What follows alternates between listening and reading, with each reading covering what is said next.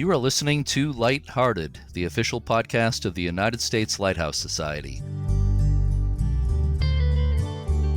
My name is Jeremy D'Entremont. Welcome. My co-host today is Cindy Johnson, award-winning volunteer and chapter leadership committee member of Friends of Portsmouth Harbor Lighthouses. Hi, Cindy. Hi, Jeremy. Today is May 15th, 2022, and this is episode 173 of Lighthearted. In a few minutes, we'll hear a conversation with Pam Setchell and Michele Miroff of the Huntington Lighthouse Preservation Society in New York. We're getting into the busy lighthouse season here in New England. We'll be starting tours and events at Portsmouth Harbor Lighthouse here on the New Hampshire seacoast soon. But Cindy, you're out in Arizona. We miss you here. Aw, yes, I'm still in Arizona. My mom's in Tucson, and I miss you guys in the lighthouse too. I hope you'll come back and help us with tours at some point, but probably not this year, I guess. But probably not this year, but ultimately, New England is, especially northern New England, the coast, is really where I want to be. Yeah, well, me too. But your public misses you, so you have to. Oh, thank you. Yeah, and the lighthouse misses you too. Oh, you know how we feel about Portsmouth Harbor. Yes, absolutely. Portsmouth Harbor Lighthouse has a special place in our hearts. Oh, it sure does. So, not to change the subject or anything, but has anything notable happened on this date in lighthouse history, Cindy? Well, since you ask, yes. It was something important in the history of lightships, which are like floating lighthouses. On May 15th, 1934, the Nantucket Lightship was anchored in 192 feet of water at the Nantucket Shoals off the Massachusetts coast. The lightship was sounding its horn to warn ships that were passing in the thick fog. Unseen by the sailors on board was the British luxury liner Olympic, a sister ship of the Titanic. The Olympic was using the lightship's radio beacon signal to navigate, but someone miscalculated and the giant liner split the lightship in two. 7 men of the 11-man crew died in the collision. The Cunard White Star Line paid for the construction of a new lightship, the LV-112, as reparation for the accident. One of the surviving lightship sailors, Robert Laurent, said, quote, "It all happened so quickly, you had no chance to panic," unquote. Lightship duty has been described as long periods of boredom followed by short periods of sheer terror, and that's certainly one of the more infamous moments in lightship history. So, Cindy, to change the subject again, please help me tell everyone about Huntington Lighthouse and today's guests. Sure, Jeremy.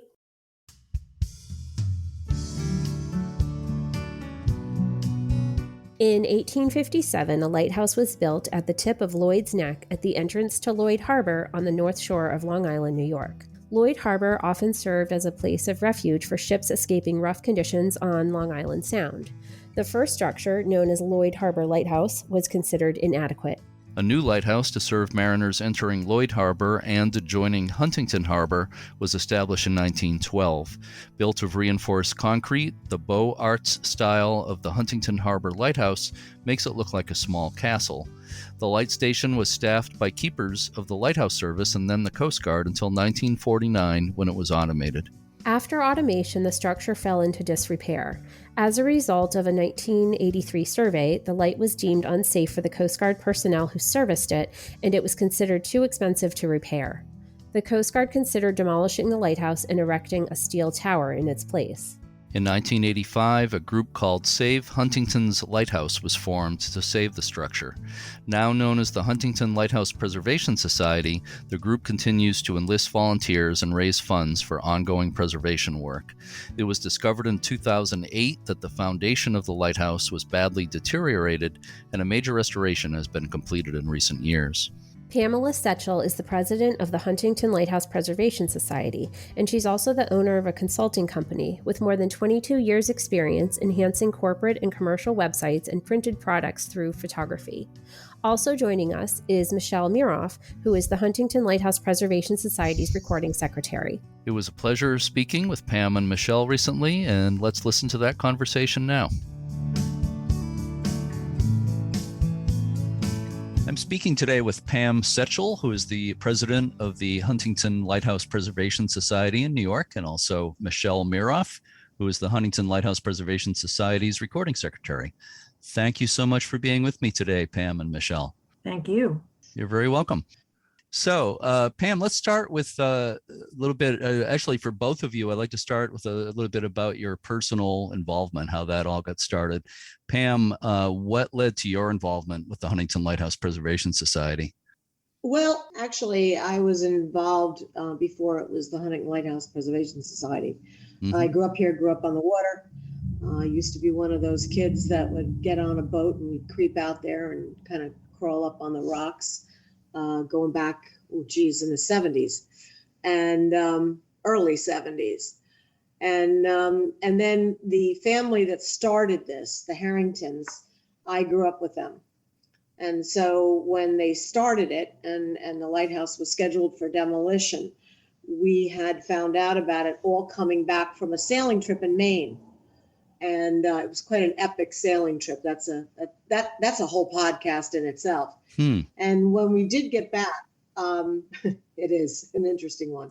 When we did get back, we were all sitting on the beach down in Wincoma, which is a private little area there that the beach has the best view of the lighthouse. And everybody was discussing the trip. This was in 1985. And they had just heard that the Coast Guard announced that they were scheduled to demolish the lighthouse the following year in 86.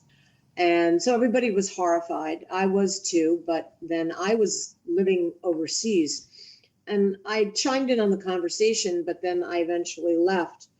And Janice Harrington was the one who I was very close to, who had said, "Oh, we should do something about this." And I can remember her mother-in-law saying, "Oh, Janice, you should really take this over. You should follow it. You should do something. It would be a wonderful summer project." Mind you, this was in August of 85. So 30 odd years later, here we are. I then eventually moved back, and they had started a group called Save Huntington's Lighthouse. They tried to pull me in, and I helped with a few things, but they had a pretty good group, and I wasn't involved so much. And then it was several years later where they asked me to please get involved, and I did. And then the rest is history. Janice then moved away, and then somehow I wound up with much of the enchilada on my lap. So to speak. And so to speak. So that was in like 92. Mm-hmm. So it took them 2 years to get the nonprofit and to convince the Coast Guard not to demolish it, and convince the Coast Guard that they weren't insane. They really wanted to do this. And then, they started literally peddling for cents on the street corners. And it started from there. Yeah. Then here I am. Then it became Huntington Lighthouse Preservation Society in about 2002, because at that point the group had, kept it from the wrecking ball and had saved it. Now the long road of preservation was there. And once you get started on this bloody thing, you fall in love with these crazy lighthouses, and the next thing you know, it sucks you in, and it puts a ball and chain around your ankle and a noose around your neck. And years later, here we are. Yeah. So, I totally understand. I completely understand. Yeah. And I knew you were in at the beginning. I thank you for filling in that backstory here. But I knew you were very much a part of the whole thing going back a few years. So Michele, how did you get involved? Well, I had moved to Huntington in 2005, and it was right after I had a house fire, and I moved in with my best friend, companion, whatever, who's now my husband, actually. But I moved in, and I was driving in the streets of Huntington, and there was a big banner across the thing that said Lighthouse Tours, and it was the last day of the tours. And I went, "Oh my God, there's a lighthouse right here." And I had seen it years ago. So we went on the tour, and it was at the end of the season. And I immediately stopped at the desk when we got off the boat, and Pam was running the tours right there from the beach. And I signed up, and the next thing I knew, I was involved. And it, like Pam was saying about everything else, it tugs at you. And at least I could actually do something with this lighthouse. I didn't live close enough to Montauk or Fire Island or any of the others, but this lighthouse was part of the community, and I just fell in love with it, and I just had to be involved. So I signed on and did whatever Pam needed me to do, even though I didn't know what I was doing. And keep in mind, I'm not a boater, I'm not a swimmer, but I love lighthouses. Well, that applies to me too. I'm not a boater or a swimmer, but I love lighthouses. And I always warn people the lighthouse bug is a good contagious disease, as contagious diseases go. It's mostly it can be a mixed blessing at times. It can be a ball and chain, as you said, Pam, but for the most part, I think we do it because we love it, though. Otherwise we wouldn't do it anymore. But let's talk a bit about the history of the lighthouse. Going back, we won't get into the early detail of the Lloyd's Harbor Lighthouse, but why did that original 1857 lighthouse built on Lloyd's Neck, why did it need to be replaced by an offshore lighthouse? If you are coming in from the Sound, which is one of the reasons why that lighthouse was built, there's a good safe haven there. Mm-hmm. So it can get rather snotty very quickly on the Sound. And Huntington, and specifically Lloyd Harbor, was known as a good run-in for boats. And they put a lighthouse there on a spit of land known as the Lloyd Harbor Light Station. And it was great to warn captains of that spit of land where you could run aground, and then hence they would never get to their safe harbor. But as time progressed, the real harbor that became a commercial harbor was Huntington. And the Coast Guard kind of seemed to think that it would suffice for marking the entrance to both.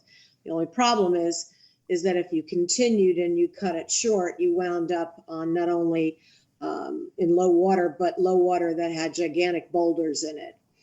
And so it was not marking an entrance into Huntington also.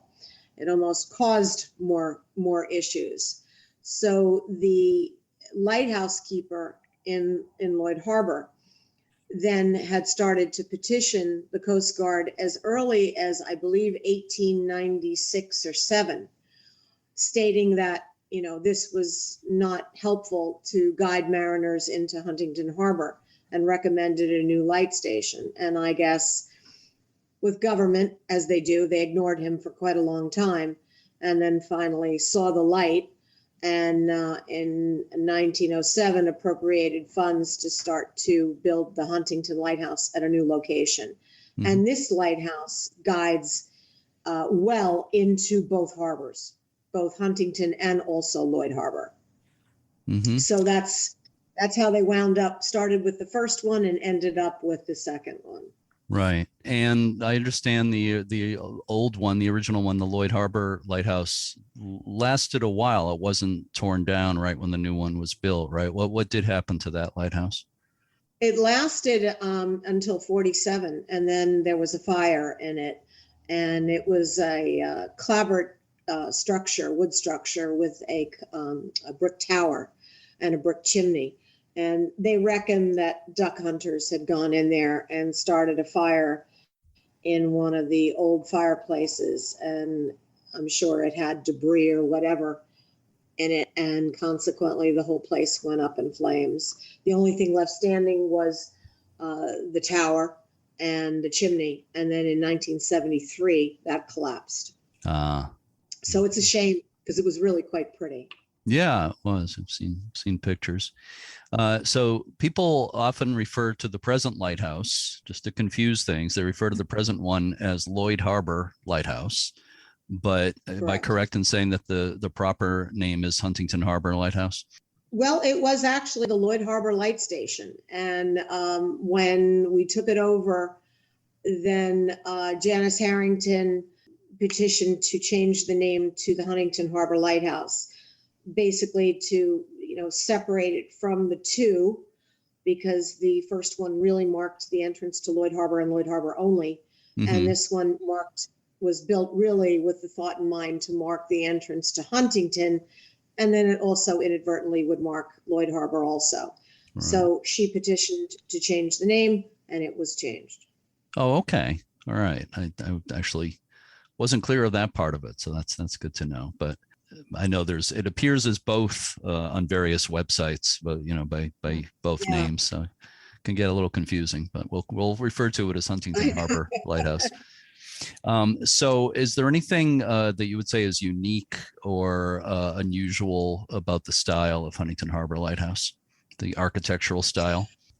Well, yeah, it's a Beaux Arts style. It actually, to simplify it, it looks like a little mini castle. Mm-hmm. It's got a balustrade around the top deck, which looks like a balustrade that one might associate with a castle in England or in Europe somewhere. And it is poured reinforced concrete.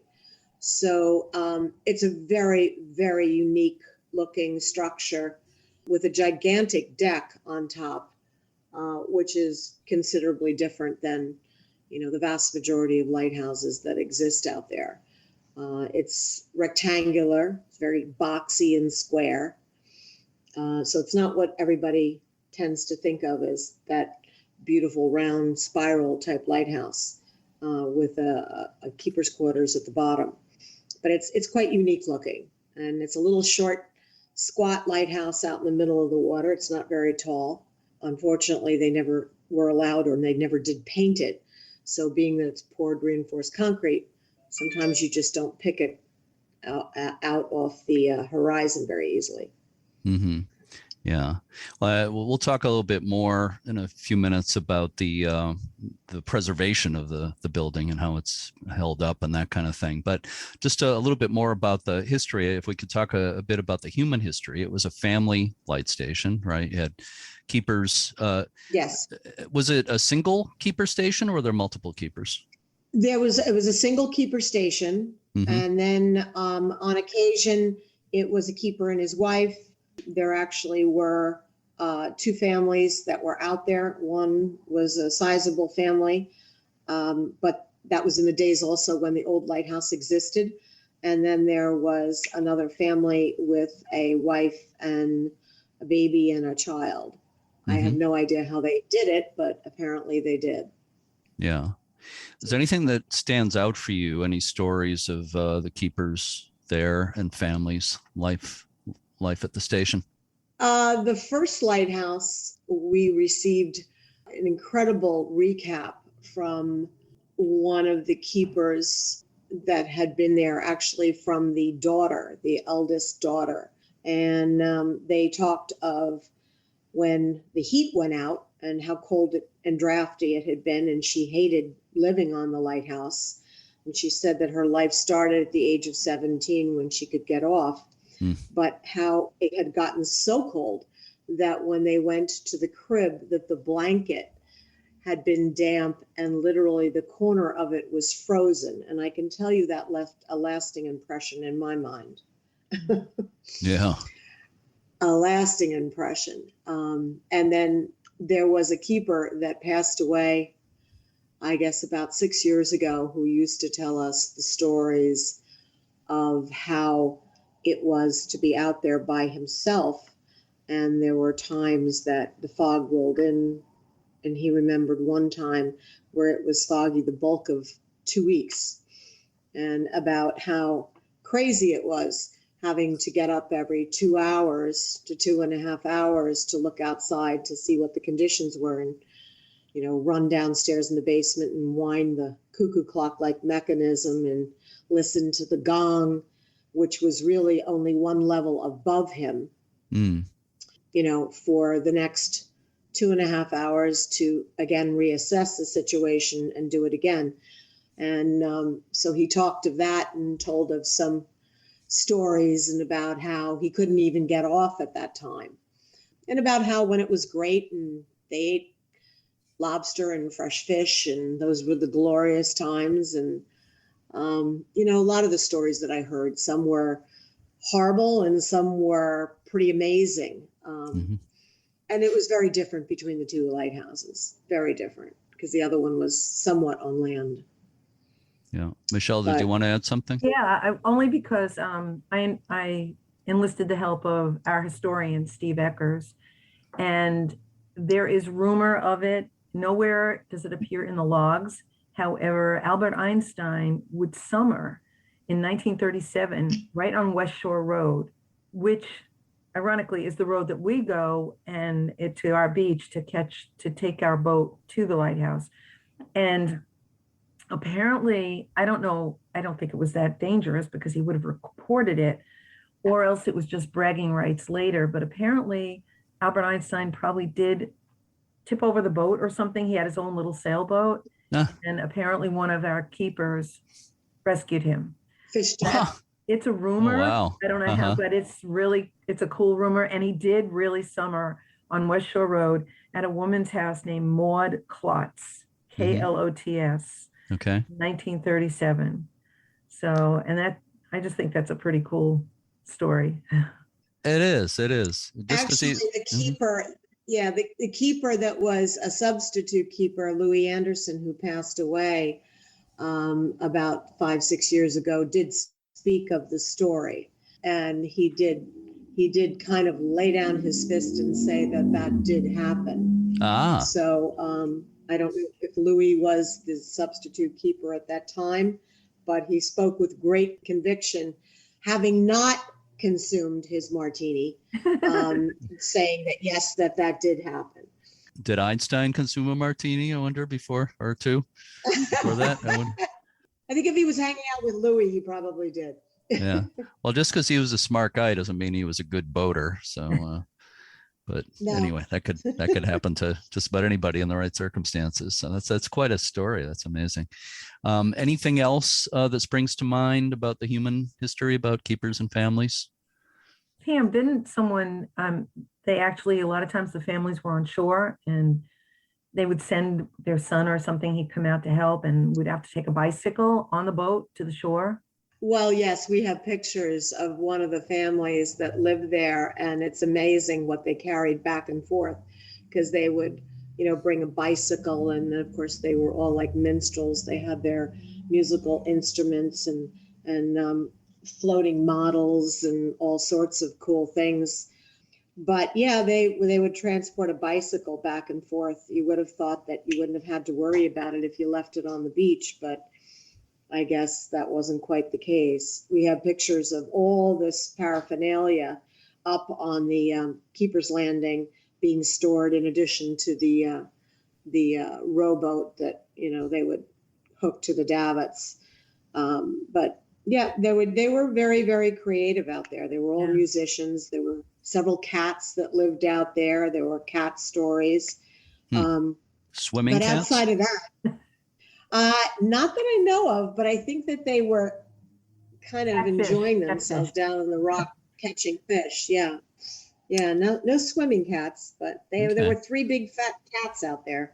There was a famous swimming and fishing cat at a lighthouse, Palm Rocks Lighthouse in the Providence River in Rhode Island. Used to dive in and catch fish. So I was wondering if you might have had any of those. Oh, really? That's cool. Yeah, no. I know Palm Rocks, but gee. Yeah, his paw prints are in the concrete there. I was there not too long ago. You can see Tommy's paw prints actually next to the lighthouse in the concrete. I love it. I love it. So let's skip ahead. And what happened to the lighthouse after it was automated in 1949? Pretty much what happens to all of them.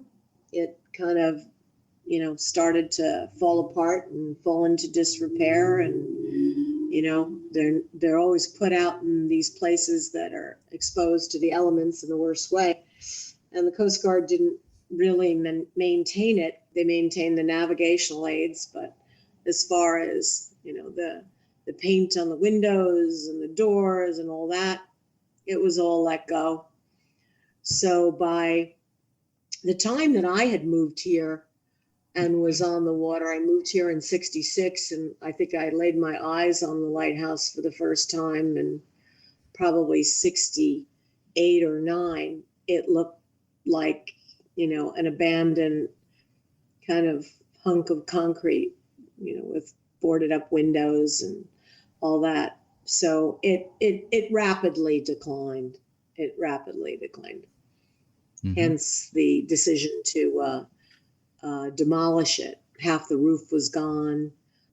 It was a sad state of affairs, as with all of them that they got up and walked away from. Yeah. Yeah. Well, you talked at the beginning here a little bit about the formation of the organization that eventually became the Huntington Lighthouse Preservation Society. That is the name, right? Yeah, Huntington Lighthouse Preservation Society. But if you could say a little bit about, I know there's been different projects over the years, sort of stages of restoration. What are some of the highlights? What's been accomplished so far? So let's see. We saved it. They rebuilt windows, which of course they are now need to be completely rebuilt. Not rebuilt, they need to be built from scratch. A roof was put on immediately with new beams, floor, everything. That was the first thing. And fast forward, you go on from there, I would probably say the single most monumental thing that was accomplished that puts a smile on my face is that we did a major foundation repair, because we discovered that our rectangular foundation, being poured reinforced concrete and not granite block, had really come into a perilous situation. The riprap shifts in the winter, and it did, and it cracked the corners. Salt water gets into the concrete, hits the rebar.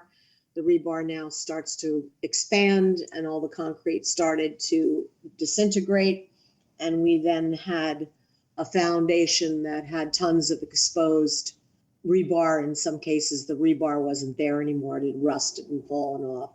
So we discovered that our foundation was in trouble. And so we did a $1.1 million foundation repair that set out to be a 4-month project that was just a fraction shy of 2 years. And that was and when? I can officially, that was started in July of 2016, and it was completed in July of 2018. And that is by far the biggest project that we have done. The other big project was, we got lucky. The Coast Guard decided to build us a steel pier. In the 90s, they had surplus funds. I think it was the last year they ever had a dime that was surplus. And they donated some of the money to us. They came and started the pier project, only to find out that it was kind of a disaster, and they did continue through with it. And then we put a ramp and a float and pilings out so that we had a fixed floating dock during the season. And that opened the doors, because now you could have people out there, without danger. So that changed the life. But certainly the concrete repair, that gave me this full head of gray hair. Yeah. So what most needs to be done at this point? All new windows, of which we have just received a grant for, and we have a matching donor. That is right now the initial thing on the horizon. We actually are, believe it or not, replacing our float after 20 years. But really the next major thing, and this is going to have to come on the radar pretty soon, is we need upper structure masonry repairs, repointing done. And that's going to have to be done pretty soon. And we need about another 350 to 400 tons of riprap added to our riprap that is there. The lighthouse never did have enough riprap around it. It was documented, but unfortunately they never added to it. So we'll have to add to that. After that, it's kind of cyclical. That's never done, that's for sure. Yeah. No. It's an ongoing process. Kind of like a house, but we're never done with our homes maintaining and repairing. This one is just kind of on steroids. That's a good way to put it. Yeah. Have there been problems with vandalism?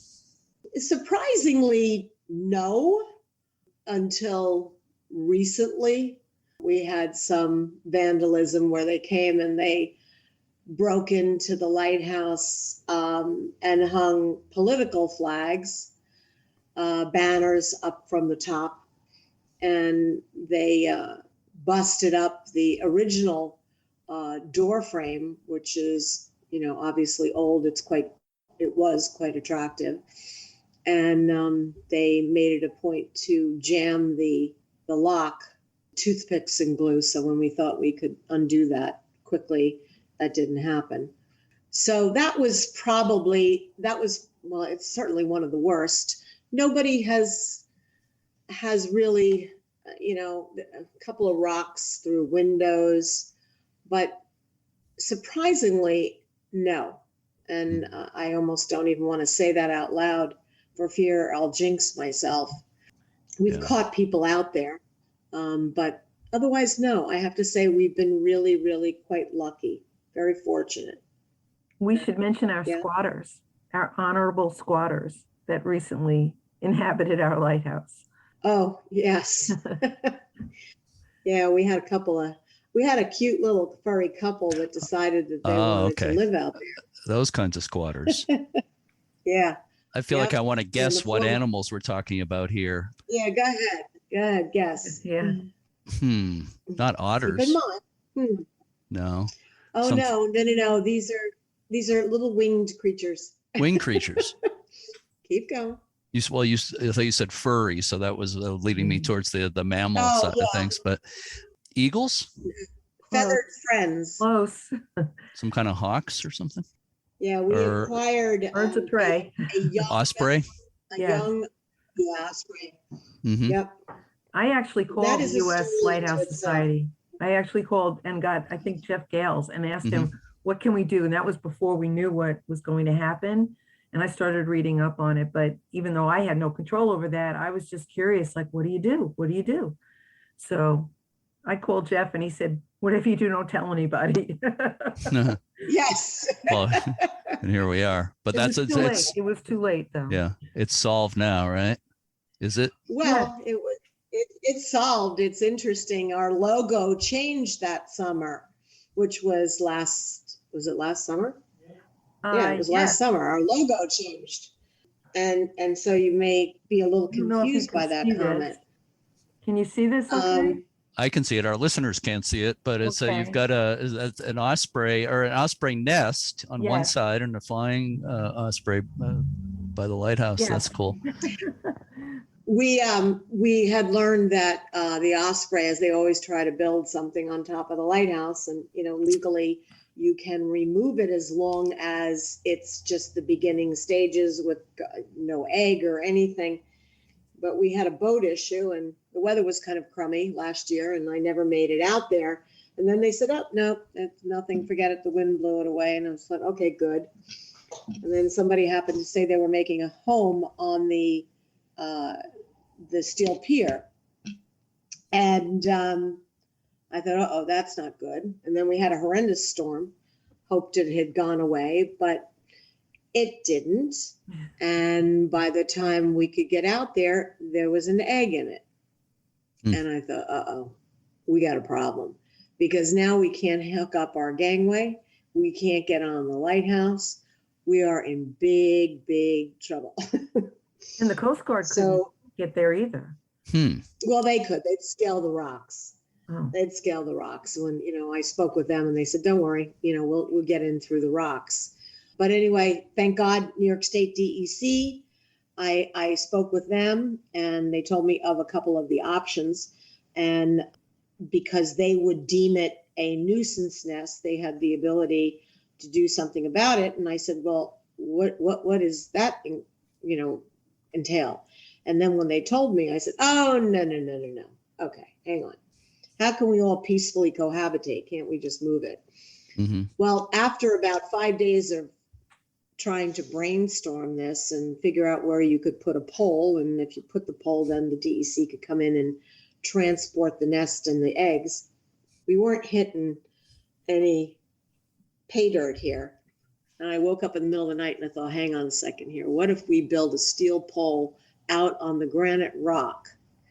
And the DEC said, well, that would be awesome, but how are you going to do that? I said, give me an hour. Got a hold of 2 marine contractors I knew, one who had done the $1 million project. And I said, here's the problem. This is what we need. What can we do? They dropped everything they were doing and they got all the steel and they built a nest. And then they came in on another day with a barge and they swung a generator over onto the lighthouse. And then we went out with the DEC, 7 of us, and the DEC gave everybody a job and said, this is what we're going to do. We're doing this within 20 minutes. Everybody has to do their due diligence, and we will transport the nest. And you never saw 7 people, 2 people with the DEC scramble so fast in all your life. Wow. And got the nest and the eggs up there. And then, of course, we, watched it. We got off the lighthouse, and we were absolutely tickled out of our minds that, one of them had come back to the nest.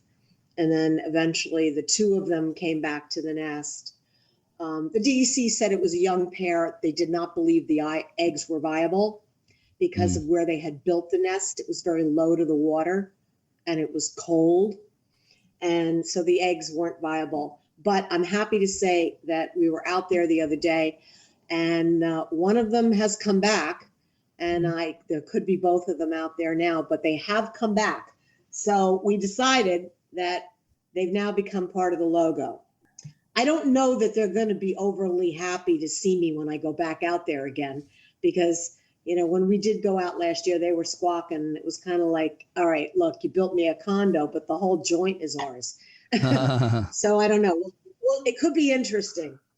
Wow. But we gave them a new home and a perch, and Michele and her husband were gracious enough to donate the money to pay for it. And I have to say, these 2 marine contractors dropped everything they were doing, and they made it happen. It was a reality. So it was a pretty cool story.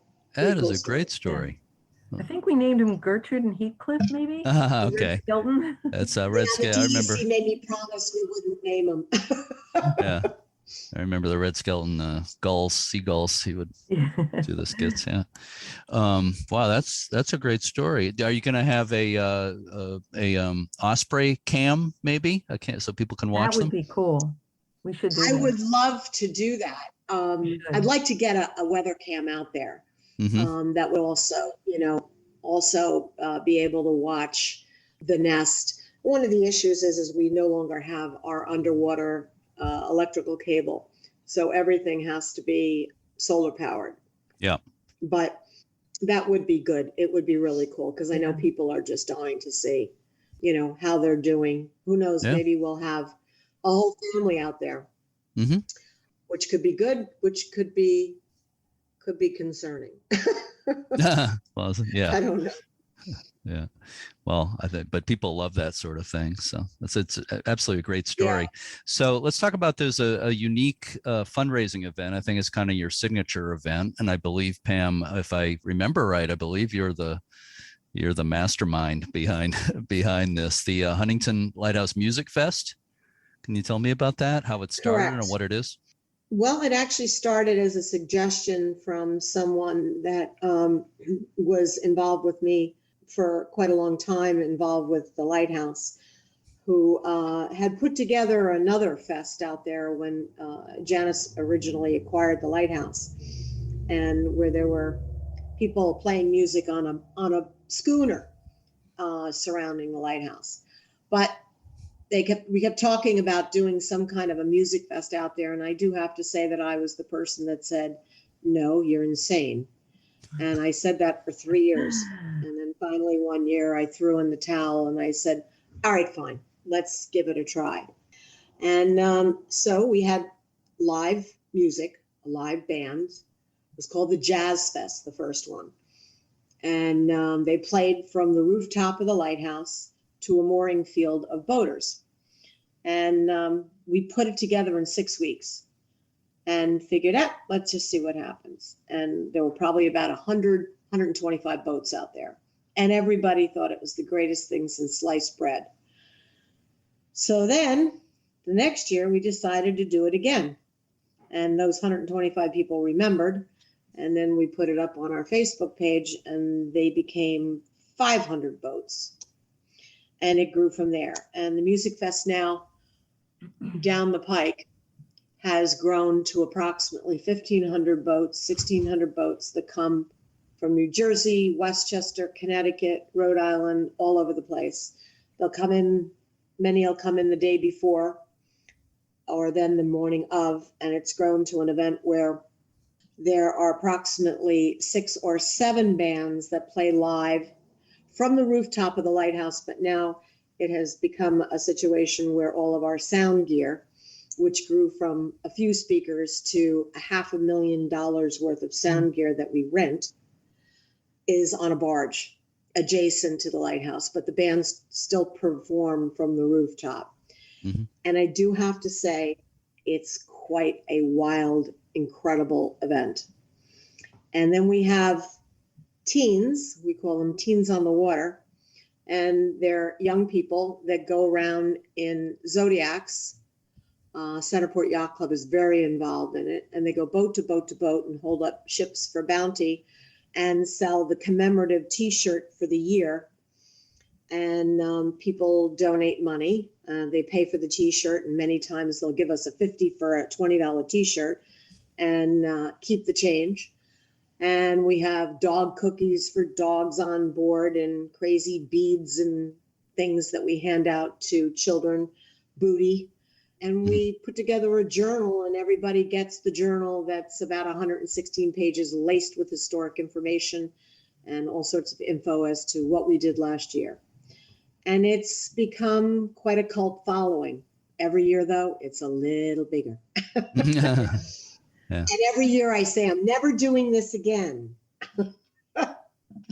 But it's And every year we say, yeah. yeah, the minute the first note is played, it's good. But it is actually a tremendous undertaking, a tremendous responsibility, because you've got a lot of boats out there, a lot of people swimming, and safety is the number one concern. Yeah. Did you miss a year or two with COVID?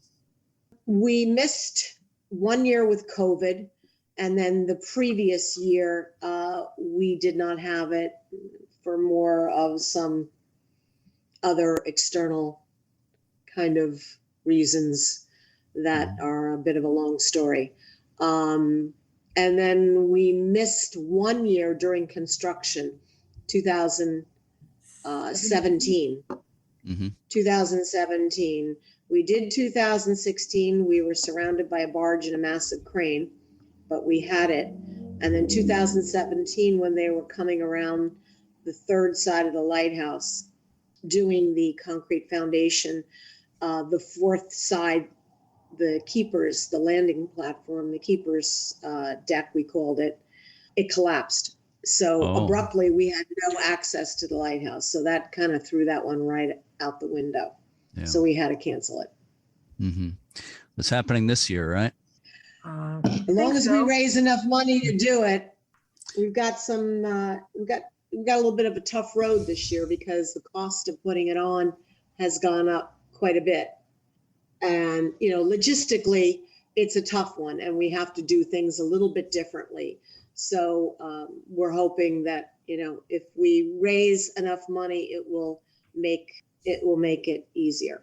Yeah. And I can't imagine a year without Music Fest, but it does really hinge on the money to put the event on. Yeah, it's understandable. I was thinking it's probably the outside of the Beatles, it's probably the most famous rooftop concert I know about. Yes, I like that comparison. That's kind of good. Yeah. Yeah. It's the only concert in the world held live on top of a working lighthouse. Yeah, I certainly can't think of anything remotely like it. It's great. I would think if anybody would know, he would know. Yeah. Well, most lighthouses don't present that opportunity. It's rare to have enough of a flat roof on such a structure to be able to do that. So that's a blessing in that sense. So that's great. I wonder how if you do it this year, I wonder how the Osprey will enjoy it. They usually are gone. That is something is it? Rolling around. Yeah. They usually bail at the end of August, first half of September. It's that first half of September that is worrisome. If they come and lay eggs and have a couple of little guys, I don't know. It should be interesting to see how we all peacefully cohabitate. Yeah. And if the music fest happens, it's when again? Saturday Oh, of it is Labor Day weekend. weekend. Right. Okay. So that's Saturday of Labor Day weekend. Yeah. That's interesting with the timing of the osprey season. Yeah. Yes. So is there anything else you want to mention? What are some of the other ways you've raised money? I'm sure there's a lot of ways over the years, but other events. I know you do tours. So I want to talk about that in a minute, but anything else that we do tours this year. We're going to resurrect a couple of our evening dinner tours. Mm-hmm. So we have 3 on the schedule, and people will come out and they'll enjoy a buffet kind of dinner, mingle, and get to stay out there through the sunset. And it's nice because people are there for about 2.5 hours. So they get to be there and see, touch, and feel the place and get a little attached to it, of which, once you get out there, it's really cool. And then that's develops new friends, good friends, and many of these people become donors, which is good and important. We are hoping to have our birthday dinner again this year, which is it's June 16th. And we have a fundraiser out there. And we have about 70 people that come. And we have an incredible food, an interesting bar with a signature drink. And when you get off the boat, you will be greeted with a glass of champagne. And sometimes we've even had a caviar bar on the dock. So It's quite an event. Live music, it's quite an event. People love it. And hopefully that will be happening this year. And, we'll have small private events. We have a gentleman that called that wanted to have a 60th birthday gathering out there. So things like that, and small private tours, not just the regular scheduled tours, but some small private tours. Those are great. But, it's not so difficult to raise money once you're able to take people out to see it. When you can't, it's a little bit more challenging. We've had weddings. We've had weddings at the Lighthouse. We've had weddings out at the Lighthouse. We actually had a gal get married last year, 2 people. A gal get married last year. Her and her husband grew up here. And even their wedding invitation had a picture of the Lighthouse. And she kept saying for 2 years to me, I want to be involved. I want to be involved. I've heard that many, many times, and she is. Excellent. So that was good. Pam, didn't she row to the Lighthouse to her wedding? She rowed herself to the Lighthouse in a rowboat in her wedding gown. I love it. Yes, they took her out by boat, and then quite a ways away from the Lighthouse, they helped her off the boat into a dinghy that had fresh flowers trimmed all around the boat. And when she wasn't paying attention when they helped her, and she wound her up realizing she was facing the wrong way. And of course the guy said, well, just turn around. And she said, you try that with a wedding dress.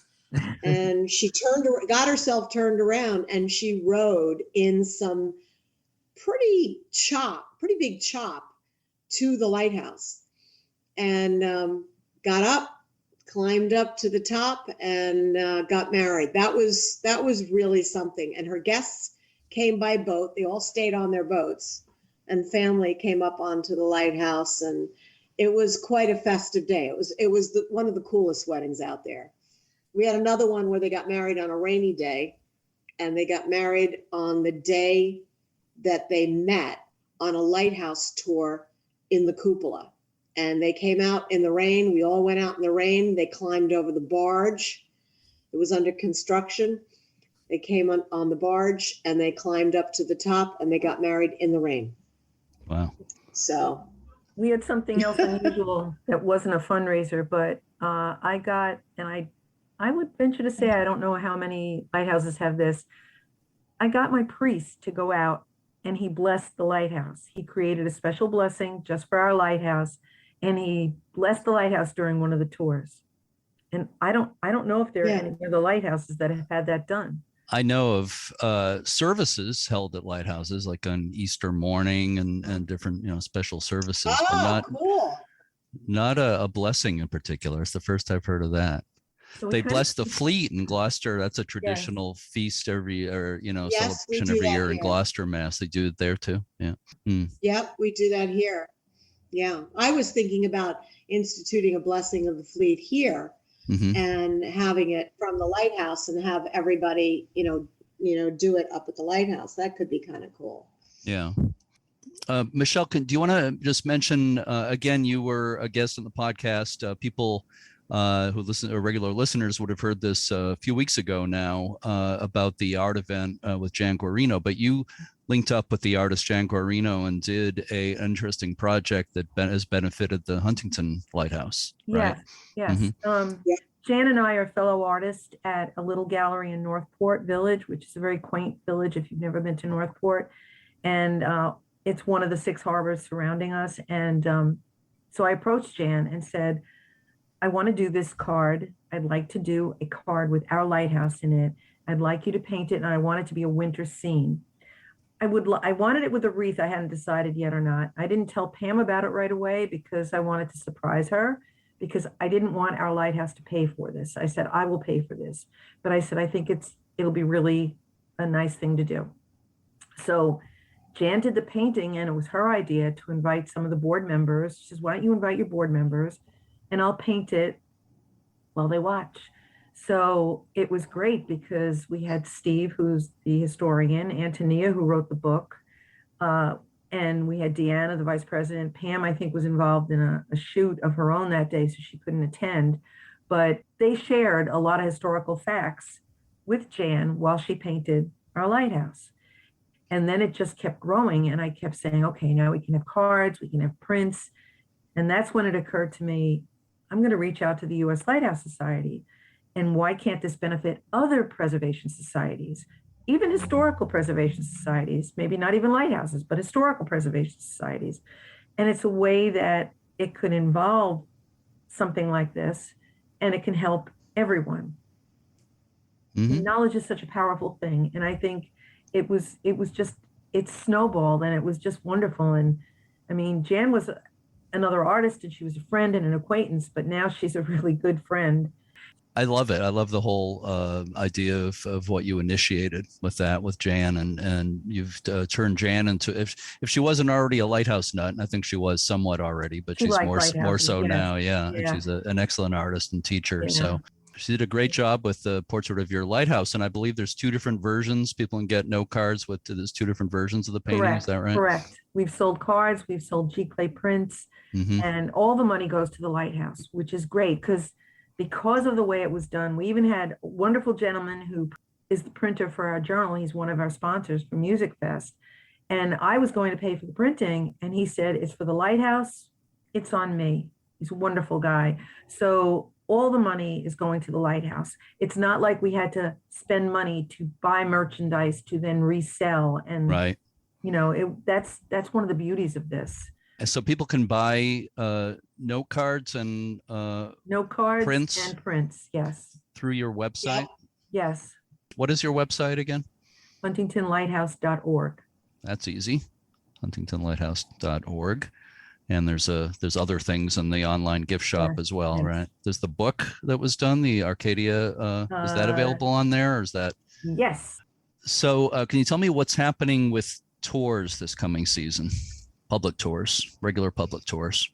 Well, it'll start in June. It's the second Sunday in June, July, August, and then it's a Saturday in September. We'll be having our regular tours. They go from 11 until 3 o'clock. And then we will be having the 3 dinner tours. We used to have more tours, but we found that it's kind of better if we have less and that we go all day long and fill them. And we'll see how it goes. Hopefully now that we're coming out of, knock on wood, COVID, if we see that things are really busy and then obviously we will add some tours. We've had a lot of requests for private tours, private groups, and we kind of enjoy them. Mm-hmm. They're during the week. they're usually interesting groups of people, and they really appreciate being able to go out there. And of course, you're not dealing with such a time constraint where you're trying to turn the boat around and keep a good schedule going. So we're anxious to get going. We'll be out there in a couple of weeks getting her all ready and buffed and shined so that we can have it looking respectable inside to have guests. Excellent. And all that information is on the website, right? huntingtonlighthouse.org. Yes. Mm-hmm. Yes, yes. And on National Lighthouse Day, we will be having a dinner tour. Oh, okay. August 7th. So that August 7th, yes. Mm-hmm. We'll be having a dinner tour. There won't be any regular tours, but there will be a dinner tour. Excellent. So Pam, I have a big open-ended question for you here. Okay. Why does Huntington Harbor Lighthouse need to be saved? Oh, without getting emotional, you know what? These are our castles, these lighthouses. And I just feel very strongly. I was lucky enough to travel all over the world for 12 years. And I mean, in places that you couldn't pronounce. And we're not very good at preserving in this country, sadly enough. We knock down and build something else. And these structures were built in the most obscure, difficult locations to mark and welcome people coming from other parts of the world, ships, may it be goods, may it be people immigrating to come here. And I just think that if we don't preserve and tell the story, it's just a detriment to our society over here. I think that the story has to be told for every lighthouse. There are castles, and we don't have castles here. We have forts, but we don't have castles. And I think that it's a history that we cannot afford to lose, no matter what. I'm a great advocate that every one of them, every bloody one of them should be saved. Mm-hmm. I concur. Yeah. I feel very strongly about it. I feel very strongly about it. Even if you can't go park your car and walk up and go see it, they got to keep her out there. There's got to be a way. And even if you can't board it, save it. And people have to be able to go out and go around it and see it and just appreciate what people went through 100, 150, 200 years ago to build these things, because they're truly just amazing. Yep. I couldn't agree more. Yeah.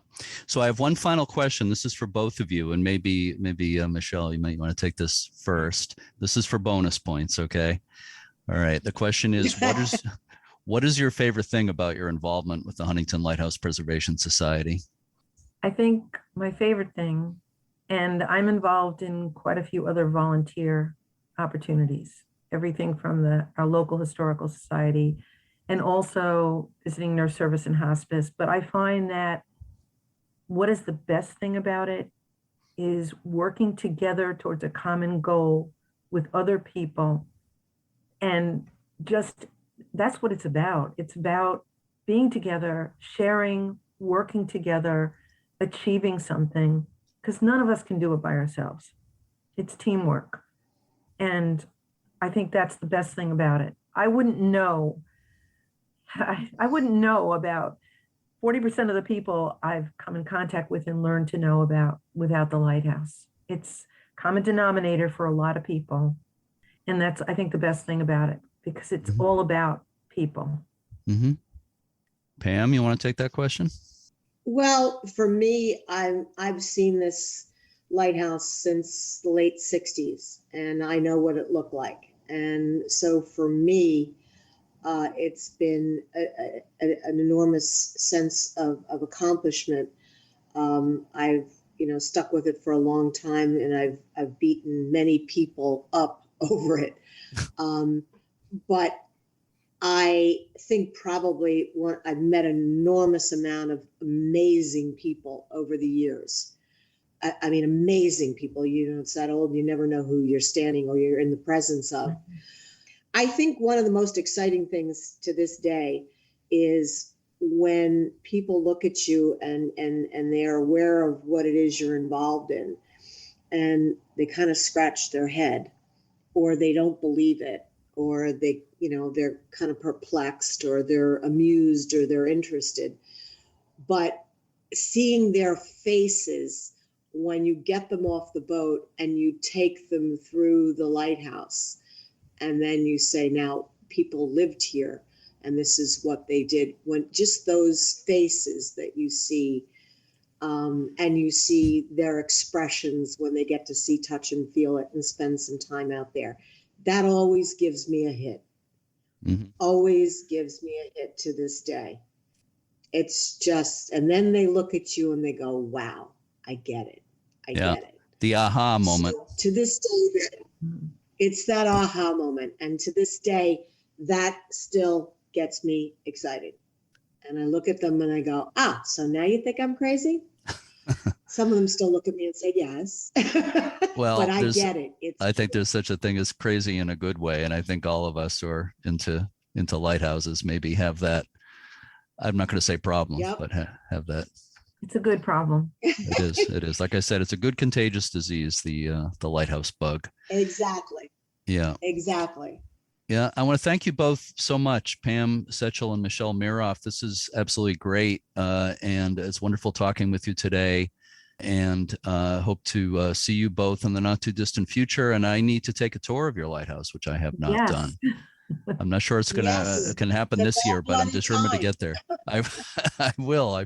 I promise. I'm going to put it on my agenda for next year. I am planning to make a trip to that area next year. I think my dance card is mostly full for this year at this point, but I need to do that. And you guys do a great job. And it's a unique lighthouse, and you have one of the best known events, the annual, almost annual rooftop concert, the music festival there is a great thing. But you're doing great work. And again, I just want to thank you so much for everything you do. And thank you for talking with me today. Thank you, Jeremy. You're doing great work. Jeremy, thank you. Thank you, Michele. Thank you both. And we so appreciate it. Thank you.